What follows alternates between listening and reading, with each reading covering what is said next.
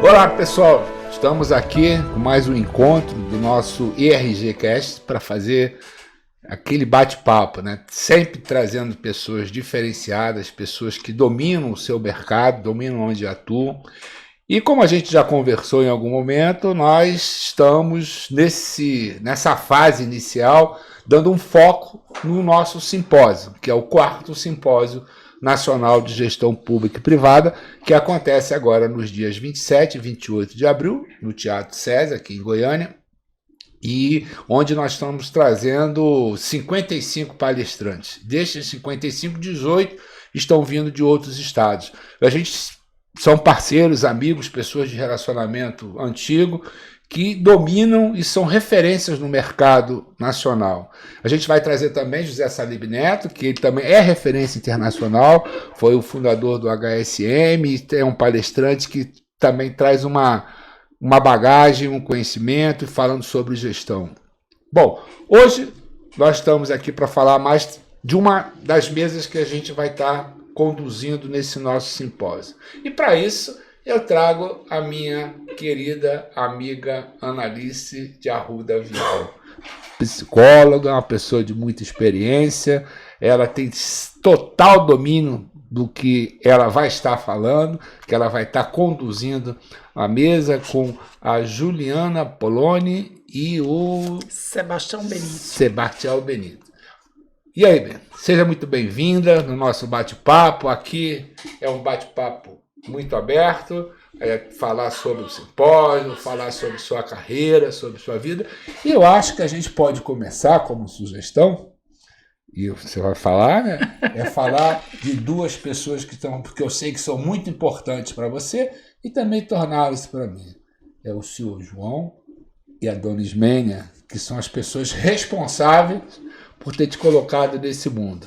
Seja muito bem-vinda, Analice. Muito obrigada. Bem, falar de João e Ismênia é meio difícil, assim, ao mesmo tempo muito emocionante, porque são as referências que eu tenho e para tudo na vida, né? Para tudo que diz respeito a valores de ética, de honestidade, de integridade, de trabalho, de resolução de problemas, de mediação de conflitos, eu comecei a aprender com eles.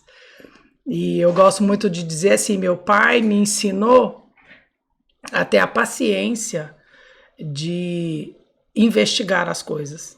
E minha mãe me ensinou a ter a habilidade de estar entre pessoas, estar com pessoas para ajudá-las a conversar, a desenvolver um processo de conversa assim, mais complexa, mais difícil, para ajudar as pessoas a manejarem conflitos. Então, a minha trajetória como mediadora começou exatamente com a influência deles.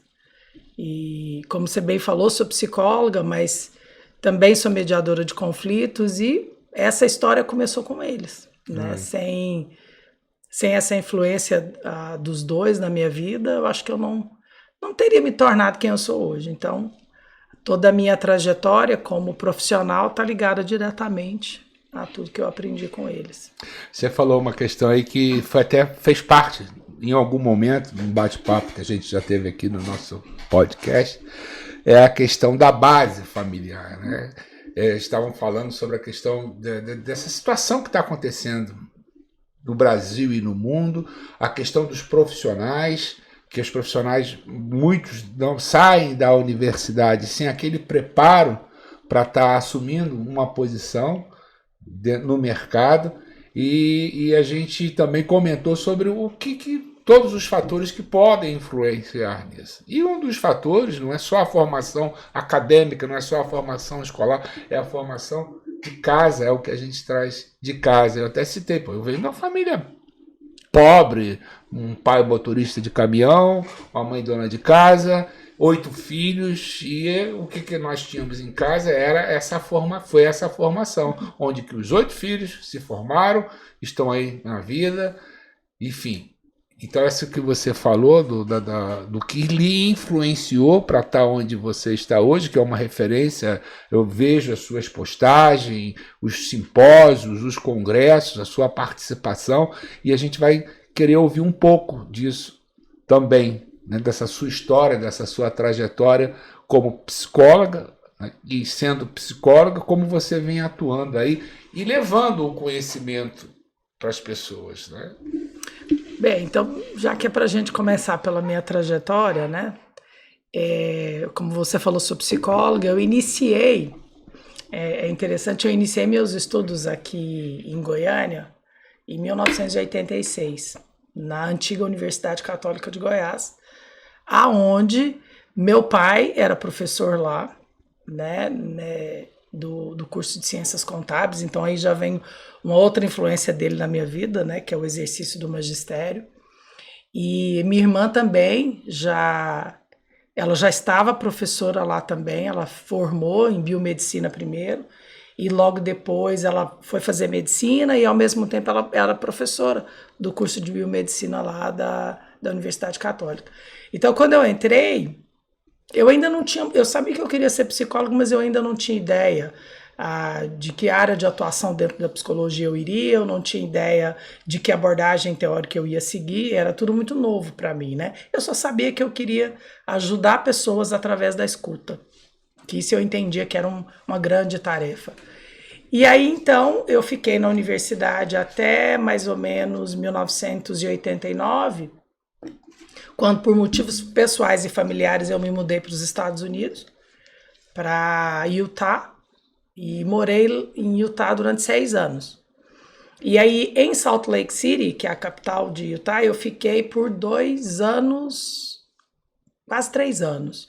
E foi aonde eu concluí meu curso de psicologia na Universidade de Utah.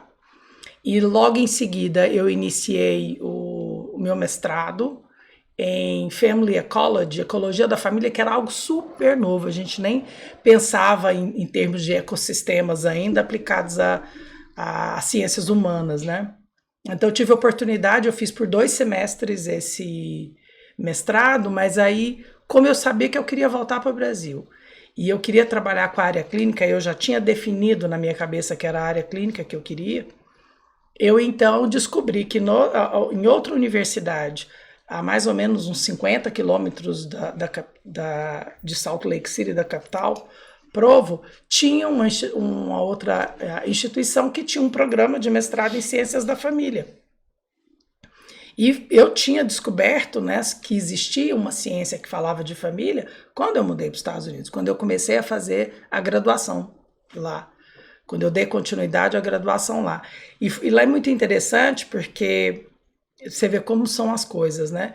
Aqui, antes de eu ir para os Estados Unidos, tinha na matriz curricular, como ainda tem, inclusive é a disciplina que eu ministro hoje na PUC, tinha uma disciplina chamada Introdução à Terapia Familiar. E eu ficava pensando assim, mas terapia familiar? Mas como assim, né? Só que eu não consegui fazer ainda aqui no Brasil. Aí quando eu fui embora, lá na Universidade de Utah, a gente tinha um programa assim, o professor ele meio que ajudava, você tinha um professor meio que funcionava como se fosse um padrinho assim, e ele ia te ajudando a escolher as disciplinas e tal, te dando uma orientação. E aí esse professor que conversou comigo, ele falou assim, olha, você pode fazer as disciplinas que você quiser aqui. Você já tem um quadro denso de disciplina de psicologia, o que você precisa agora é disciplinas de interface. Foi aí que eu descobri que a psicologia dialogava com outras áreas do conhecimento que até então eu não sabia. Era uma época diferente, a década de 80, né? A gente ainda não falava nesses diálogos, nessas parcerias, e foi aí que eu descobri. E aí nessa descoberta, a única coisa que ele exigiu de mim é que eu fizesse história americana, história da arte, história da música, eram 3 disciplinas que ele achava importantes para o meu universo, como de formação. E aí ele falou, vai escolher as outras que você quiser. E aí eu estudando o catálogo da universidade, das disciplinas, conheci um departamento lá que chamava Ciências da Família. E aí foi ali que eu me descobri. Aí eu comecei, aí fiz todas as disciplinas finais de curso em psicopatologia da família, teoria geral dos sistemas, divórcio, casamento, meios de resolução de conflito. E foi aí que esse universo dos conflitos familiares se abriu para mim totalmente. E aí então eu terminei a graduação, como eu estava falando, fiz o primeiro ano daquele mestrado em ecologia da família, ele não era um mestrado clínico e eu queria uma prática clínica. Aí fui para essa outra universidade e lá eu fui fazer então as ciências da família, com essa área de enfoque na psicologia, na terapia de família e também na área de desenvolvimento humano, que no meu entendimento, para nós psicólogos, é a disciplina que é o eixo estruturante de como a gente vê o mundo e de como a gente trabalha através dos estudos sobre as pessoas, sobre como as pessoas se desenvolvem. Aí então eu terminei o mestrado, voltei para o Brasil. Mas antes de você voltar para o Brasil, me tira uma dúvida. Como é que fica a questão cultural, né? Você ter uma formação básica, né? E mais essas especializações que você fez, mestrado e tudo. Como é que é essa questão? Tem alguma influência, algum impacto? Tem que você demais, tem Como demais. é que você Renato, tratou isso? Quando eu voltei, você vê aí que entra a questão de voltar, assim, o conteúdo teórico que eu aprendi a partir de uma perspectiva norte-americana e particularmente Utah, né? E Utah tem uma característica muito, é um estado belíssimo, é um povo extremamente caloroso, os moradores de Utah, e tem uma característica que é a igreja mormon, que é a religião dos mormons, né? Então é um estado mais conservador, mas de um calor humano, assim, apesar de estar assim, bem no meio das montanhas, num frio danado, mas as pessoas eram muito, né, muito afetuosas, muito calorosas. E então foi um choque cultural, porque eu me lembro que eu tive que me posicionar em termos de religião. Foi aí que eu me assumi, me enxerguei católica mesmo, porque eu precisava ter. Era algo que fazia muito importante, que fazia parte do contexto do convívio das pessoas, né? Então você partia também de um lugar assim de valores religiosos. Então muito interessante para mim e aprender sobre essas diferenças. E aí quando eu voltei é que eu entendi o quanto essas diferenças eram grandes e eu tive um momento que eu posso dizer de crise existencial, Renato, porque eu falei assim, como que eu vou aplicar um conteúdo que eu aprendi num outro país, numa outra língua, né, na minha realidade goianiense. Aí eu tive no meu caminho, que é uma pessoa que um dia num próximo simpósio, você tem que convidar para fazer parte, que é uma das pessoas que me influenciaram muito e me ajudaram muito a me encaixar aqui de volta, em relação a isso. Aliás, são duas pessoas. Uma é a Vera Morcelli, psicóloga aqui em Goiânia, e a outra é a professora Ana Maria Zampieri, psicóloga em São Paulo. E a Vera me ajudou a sentar porque quando eu voltei, ela falou assim, as portas da minha clínica estão abertas para você, venha atender comigo, e foi quem abriu todas as portas para mim aqui em Goiás, né? Porque é difícil voltar, depois de você ficar 6 anos fora, você perde um pouco as referências, né? Então a Vera me abriu todas elas. E aí, ao mesmo tempo que eu estava vivendo essa experiência com a Vera, a Ana Zampieri veio para Goiânia para ministrar um curso rápido de mais ou menos 3 meses, era uma vez por mês, sobre terapia de família. E aí eu falei, quer saber, eu vou lá, né, vou lá fazer. Fui lá com uma amiga, até minha comadre, madrinha da minha filha, e a gente foi fazer esse curso lá, e uma outra amiga também. E aí, quando eu vi a Ana falar, eu falei, gente, eu acho que agora eu vou conseguir, nossa, através dessa conversa aqui com ela, eu acho que eu vou conseguir me encaixar de novo. E aí, esse curso foi tão importante, foi tão bom, que ele foi transformado depois pela professora Vanusa, que era a dona do instituto que trouxe a Ana Maria Zampieri, foi transformado numa especialização em terapia de família e de casal. Aí eu fui fazer o curso, fui fazer a especialização. E aí a Ana Zampieri falava assim para mim, Analice, mas você tem um mestrado nessa área, o que você está fazendo aqui? Aí o que eu consegui dizer a ela é que através da fala dela, através da maneira como ela colocava as coisas, começou a fazer sentido para mim como aplicar o conteúdo que eu aprendi aqui.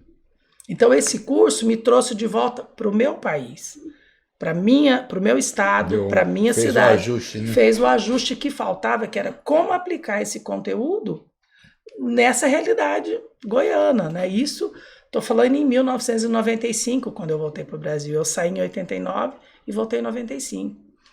Então, daí para frente, várias portas se abriram, esse curso durou mais ou menos 2 anos e meio, e aí logo depois desse curso, enquanto eu estava fazendo esse curso, eu comecei a namorar a minha paixão de infância, né, de adolescente, que é o Tennyson, e aí a gente começou a namorar, e ele é advogado, ele, né, trabalhando com empresas, com famílias e tal. Ele começou a me influenciar no sentido de, Ana, já que você gosta de trabalhar com famílias e casais, você precisa entender um pouco de direito. Você precisa Por falar entender... nisso, o Tênis vai estar conosco também vai estar também. numa das mesas. Né? Vai estar também. Não é na sua. Não é na minha. Na minha é a Ju, que daqui a pouco eu vou chegar nela, onde que ela entrou na minha vida, e no Seba também, no Sebastião. E aí, então, eu escutava isso, aí eu comecei a fazer doutorado, iniciei meus estudos do doutoramento na UNB, e aí, por razões de saúde, eu tive que interromper o doutorado, eu casei e aí engravidei da minha primeira filha, e aí tive que parar o doutorado e tal, voltei, aí mais tarde, quando a Elisa estava com 3 anos, eu prestei prova novamente na UNB, comecei o doutorado novamente, e aí, quando estava perto ali de fazer meus 39 anos, a minha ginecologista falou assim, Ana, você quer ter outro filho? Eu falei, então, quero, acho que um só eu vou sufocar. Aí ela falou assim, então, a 39, tá na hora. Aí, mais uma vez, eu tive que abandonar o sonho do doutorado, porque era impossível ir para Brasília, deixando a Elisa para trás pequena, Tennyson, casa, trabalho, e eu já tinha muito trabalho nessa época, nessa época eu estava coordenadora de um curso de psicologia aqui numa outra instituição em Goiânia, e então assim, eu fazia muita coisa já, e aí não dava, né? Aí eu tive que abrir mão, e aí eu fiz uma promessa para mim, que quando o meu segundo filho, até então não sabia que era o Matheus, já tivesse numa idade escolar onde ele não dependesse de mim para ajudar nas tarefas escolares, que eu voltaria, que eu concluiria o doutorado. E nesse intervalo, então, entre o nascimento do Matheus e até o momento que eu voltei para o doutorado, eu fui experimentar outras coisas. E aí, como a experiência clínica com casais, eu amo, adoro atender família, mas eu amo a terapia de casal, é o que eu acho que eu faço melhor como psicóloga. E aí, eu, escutando, né, a influência do Tennyson, Ana, você precisa fazer, vai estudar um pouquinho de direito de família. Eu, mas não vou fazer um curso de direito, você não precisa. Faz uma especialização em direito de família.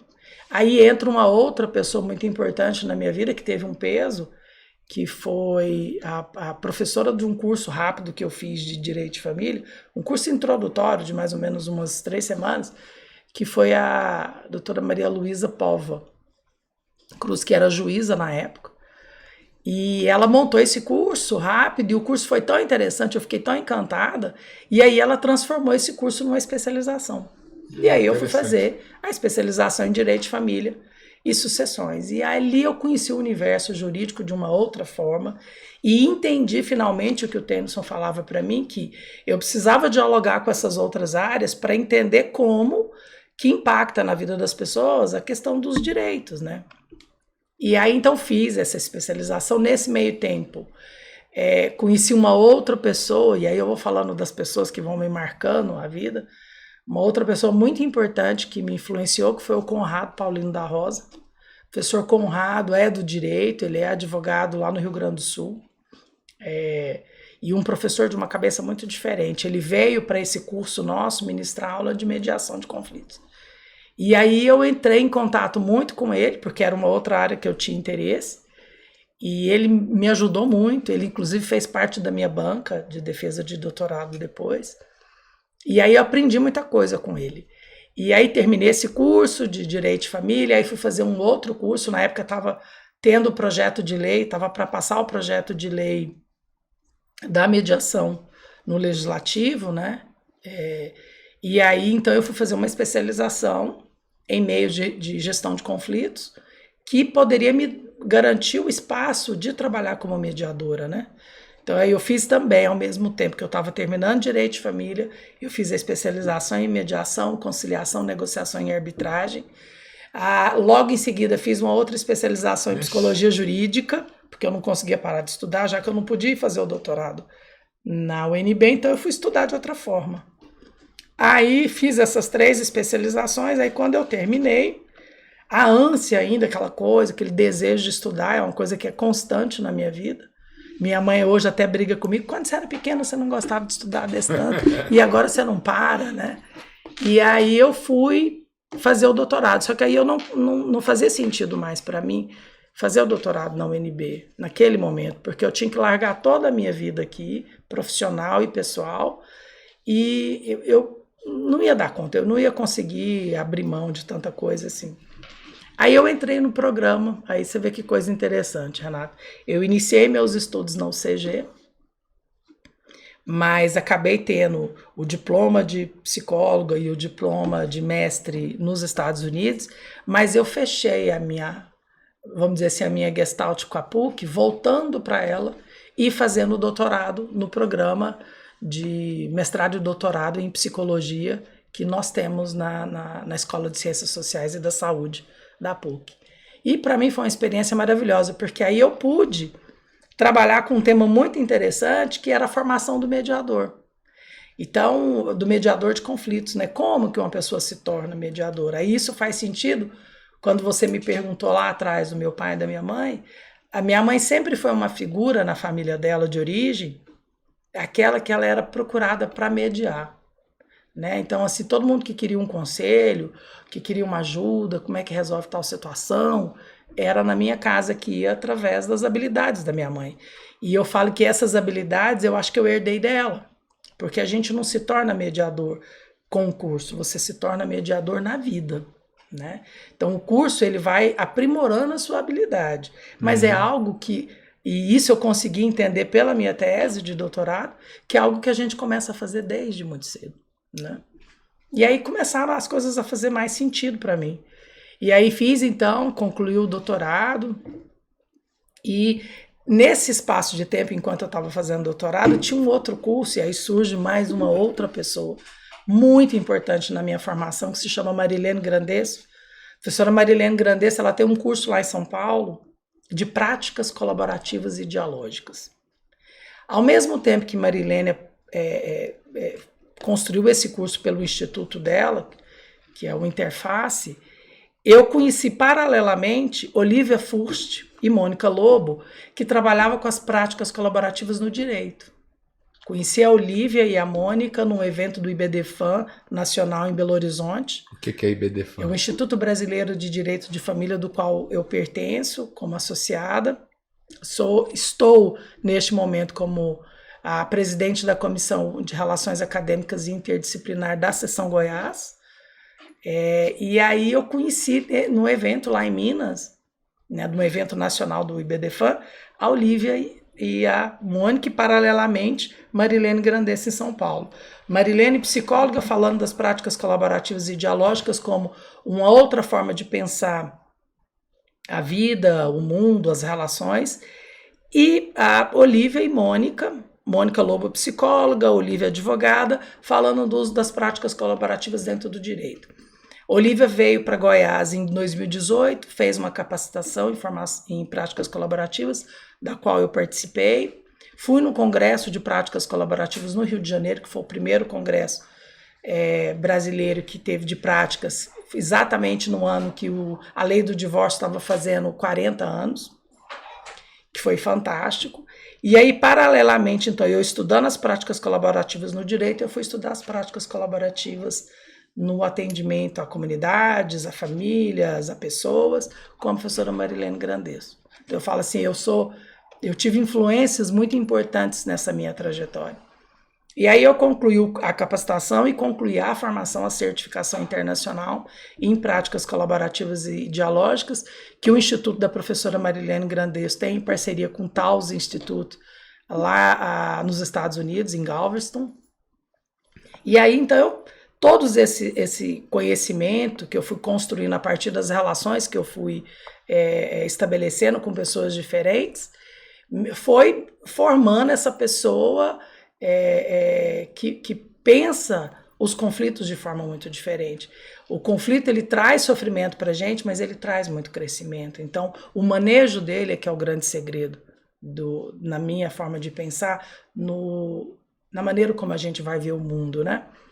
E aí, então, além dessas influências, quando eu chego no doutorado, eu tive a oportunidade de ser aluna de uma professora que se tornou uma grande amiga, mais uma influência na minha vida, que é a professora Lenise. A Lenise é um encanto, um poço de conhecimento, e ela me ajudou também a entrar em contato com uma outra forma de pensar a construção do conhecimento através do construcionismo social. Então, todo esse arcabouço teórico foi me ajudando a me construir como pessoa e como profissional, né? E foi principalmente ajudando nessa minha preocupação com a formação das pessoas. Então, no início da sua pergunta, você falou da formação dos alunos, né? Da preocupação que a gente tem hoje, no momento, esse momento tenso que a gente vive, e um momento que está muito caracterizado pela violência.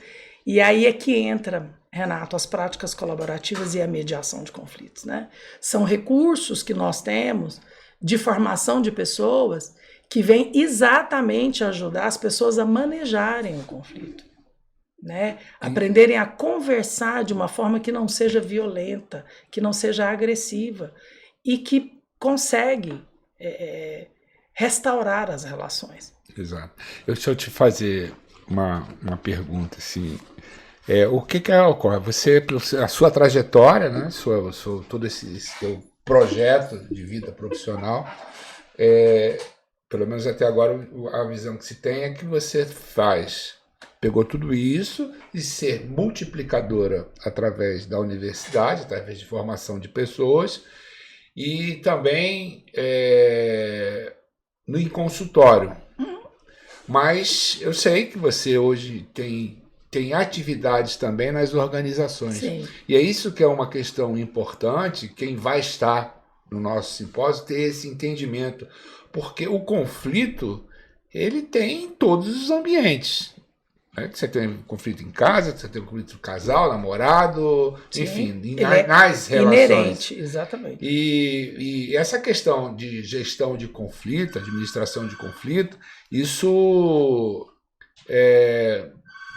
pela minha história de 46 anos de estrada e boa parte dentro de RH, eu vejo que isso é uma coisa muito nova dentro das organizações. Você já tem um exemplo de uma organização, não sei como é que você está atuando isso, mas também eu queria que você falasse quais são os ganhos, que eu vejo que tem muitos ganhos, mas que as pessoas entendam quais são os ganhos de você ter essa atividade, ter essa estrutura dentro de uma organização, seja ela de pequena, média ou grande porte. Olha só, as organizações, elas são feitas de pessoas, né? As pessoas fazem as organizações. E as pessoas fazem as organizações, eles fazem os conflitos das organizações. E aí, quando você, dentro dessas organizações, né, dos diversos tipos de empresa, você tem as pessoas entram em relação umas com as outras. E é nesse contexto da relação interpessoal que emerge o conflito. O conflito é algo que ele é inerente da natureza humana. A gente sempre está em dilema entre, nossa, eu quero uma água com gás, eu quero uma água sem gás. Isso é um dilema, dependendo do tamanho que for para a pessoa. Então, o tempo inteiro a gente está em conflito. Dentro das empresas, o que é importante trabalhar com os conflitos? Porque se você não os maneja de forma adequada, você impede a produtividade. A produtividade do colaborador, ela fica, vamos dizer assim, não satisfatória. Por quê? Porque um conflito, ele trava. Às vezes você tem duas pessoas que trabalham dentro da mesma área, por alguma razão elas se desentendem. E elas precisam conversar para manter aquele trabalho em dia. E aí elas não estão conversando porque uma está de mal com a outra, está em conflito com a outra. Você trava o trabalho.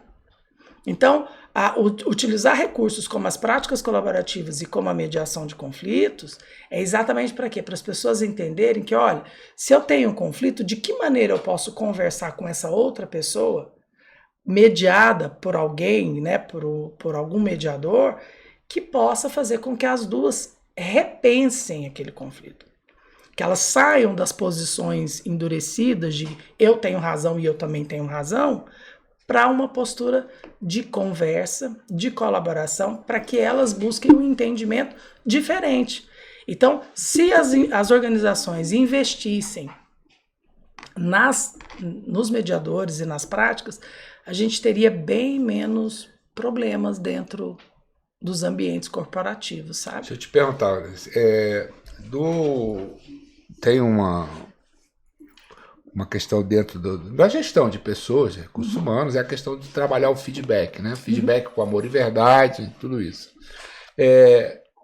E como é que você está vendo hoje a questão do mercado? Porque existem empresas, existem gestores de pessoas que acham não, que isso é o suficiente, a gente faz aqui, a gente trabalha o feedback. Mas como é que é a especialização, o profissional dentro desse ambiente, tratando essa questão de trabalhar o feedback, trabalhar a mediação? O mercado consegue enxergar isso? Em que estágio nós estamos no mercado de ter esse entendimento da importância desse profissional está orientando, está treinando, está formando, está executando o trabalho de mediação dentro da instituição? Eu acho que assim, eu penso que no Brasil, se a gente pensar a nível de São Paulo, Rio Grande do Sul, né, o estado de São Paulo, o estado do Rio Grande do Sul, a gente já tem uma prática assim, muito consolidada nas empresas, assim, de às vezes mediadores serem chamados para atuar em determinados contextos. Goiás, eu penso que ela está começando, né? Por que eu falo isso? Porque enquanto psicóloga clínica, às vezes eu atendo famílias que são de grupos empresariais e famílias que estão em conflito. Que é o maior número, que são só empresas familiares. Exatamente. Né? Então, às vezes eu sou chamada não como psicóloga, mas como mediadora para trabalhar, por exemplo, com famílias que estão em planejamento sucessório, por exemplo. A construção de um planejamento sucessório pressupõe o trabalho com conflitos familiares primeiro, para que as pessoas consigam conversar entre si, né? Para que elas consigam fazer a divisão de bens lá e fazer toda a sucessão nos grandes grupos. Então agora, o que eu venho percebendo? Que por conta... E uma coisa interessante, Renato, na pandemia, isso ficou ainda mais evidente, porque como a pandemia mexeu muito assim com o emocional das pessoas, ainda estamos lidando com algumas dificuldades emocionais pós-pandemia, mas com a perda, né, que foi algo que marcou esse momento, a morte das pessoas, buscou-se muito mais o planejamento sucessório. E aí buscou-se mais ainda a ajuda de mediadores, para que conversassem com os herdeiros, para que eles entendessem ali que eles não podiam brigar e que eles tinham que conversar para ver como que o processo sucessório poderia se dar. E só assim, me interrompendo um pouquinho, o que acontece, e você pode confirmar ou não isso eu acho que é uma tendência de Goiás, do planejamento sucessório, muitas empresas familiares, e nós somos aqui um estado novo. Então está começando a entrar as organizações, as empresas grandes, médias e grandes empresas familiares estão entrando nesse processo. Isso é um fato? Eu acredito que sim. Eu acredito que sim, até pela experiência que eu passei a ter, utilizando do recurso da mediação no trabalho com famílias em situação de conflito familiar, no contexto de planejamento sucessório, de inventários e coisas assim. É aí que você entra com a parceria com o pessoal do direito, né? Quando você falou que as áreas têm que conversar. Com o pessoal do direito e o pessoal da administração. Nesse tripé, a partir do olhar do advogado, a partir do olhar do administrador e a partir do olhar da psicologia ou da mediação de conflitos, né? Porque eu acabo tendo esses dois lugares, enquanto psicóloga e enquanto mediadora, né? Então, assim, é um trabalho muito interessante. Então, quando eu comecei a perceber isso nesse contexto das famílias em situação de empresa, e aí nessa sua pergunta, eu entendo que é um profissional que ele tem que ser, sim, chamado, sabe? E ele tem que fazer parte. E as organizações onde tem pessoas, constituídas por pessoas em relação, como que você trabalha? se as pessoas estão em conflito. Você tem que primeiro mediar o conflito, né? Primeiro o conflito tem que ser resolvido, para depois as coisas conseguirem acontecer. Então hoje a gente tem vários treinamentos, né? Treinamento para mediação, treinamento de comunicação não violenta, que a Juliana Poloni, e agora é a hora de falar de Juliana, que vai estar na mesa, que se tornou uma grande amiga. Conheci a Juliana no curso de práticas colaborativas e dialógicas, nos tornamos amigas ali. A Juliana é advogada, tem doutorado em serviço social, fez a formação em práticas colaborativas e dialógicas e agora está concluindo a especialização em terapia familiar. Nossa. Né? Então, assim, ela fez o caminho. Que mês, hein? O caminho meu ao contrário, né? Porque ela partiu do lugar de fala dela como advogada e eu parti do meu lugar de psicóloga e a gente encontrou misturando essas formações. E a Ju, que abriu as portas para mim, num primeiro momento, para falar de comunicação não violenta. Além dela, uma outra pessoa muito querida, que não vai poder estar com a gente no simpósio porque ela está viajando, que é a Rita. E eu conheci a Rita Godoy, também em função das práticas colaborativas e da mediação. Ela chegou a apresentar, nós fizemos o post dela, mas, Renato, não vou poder estar porque eu vou estar viajando. Exatamente. E eu conheci a Rita também nesse contexto das práticas colaborativas, numa palestra que eu fui ministrar junto com uma colega lá na UAB, para falar das práticas colaborativas, esse trabalho interdisciplinar entre o psicólogo, o advogado, o contador, que é o trabalho dentro do direito com as práticas colaborativas. E aí a Rita, eu a conheci nesse evento, e ela se tornou hoje uma grande amiga, uma grande parceira também de trabalho, e através dela também a Lila, professora Lila, que é professora da psicologia da PUC também, que trabalha uma perspectiva da psicologia jurídica interventiva, e com esse olhar da mediação, das práticas e tal. Então hoje, o que eu vejo? Assim, como esse diálogo com diferentes áreas do conhecimento, ele só vem nos mostrando, né, que o caminho que a gente tem que chegar, a gente tem que sair da ideia da multidisciplinaridade, passar pela interdisciplinaridade para que a gente chegue na transdisciplinaridade, que é a que promove esse diálogo sem fronteiras entre todas as áreas do conhecimento. Então, assim, eu não poderia estar hoje onde eu estou se não fosse essa construção dialógica permanente com outras pessoas. Então, eu poderia dizer que você hoje, por exemplo, se eu tivesse numa fase de transição, né, de passar o meu negócio para os meus filhos, né, e você teria, então hoje você tem uma equipe, hoje vocês conseguem participar dentro de um processo sucessório com uma equipe. Sim, você não entra isolado. Não, você hoje nós estamos falando, Analice, eu preciso traçar do meu processo sucessório. Então você tem excelentes profissionais da área jurídica, de administração é alguém de fora ou é a administração da instituição que está lhe contratando? Não, alguém de fora. É a equipe constituída. Nas práticas colaborativas, você monta a equipe constituída pelo advogado, pelo profissional da área de finanças, que pode ser da administração, da economia ou das ciências contábeis, e os profissionais da área de saúde mental. Então, essa equipe contato? Que trabalha. A parte do grupo de profissionais que tiveram essa formação, essa capacitação. Não, como é que é o contato com vocês? O contato com a gente?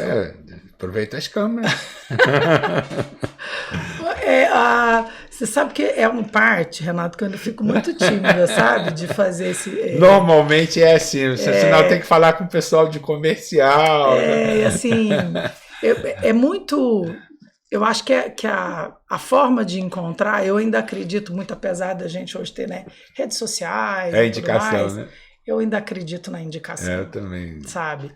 Eu tenho que concordar, porque a minha trajetória profissional foi assim.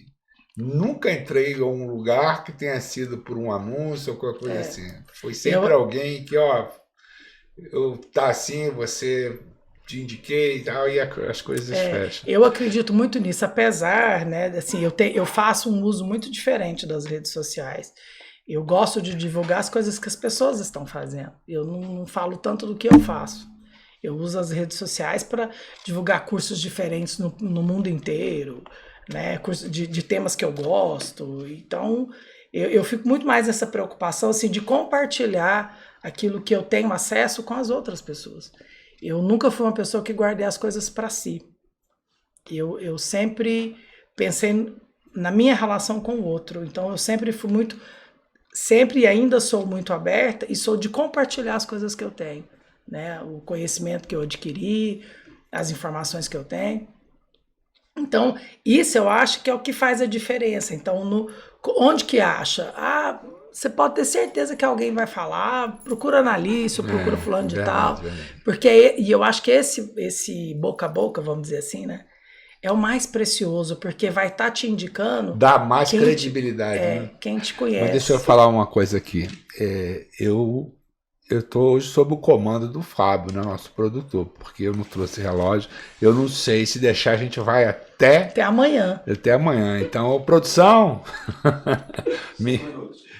Ó, viu? Tá vendo? Então, nós temos aí... E também guardar um pouco, né, Analice? Você sabe, se a gente for puxar mais do que você tem de conteúdo, se for falar das suas relações, a gente sabe que é uma riqueza muito grande. Eu sei porque eu lhe conheço, conheço um pouco dessa história aí, então eu sei que é uma grande referência de tudo que ela falou aqui.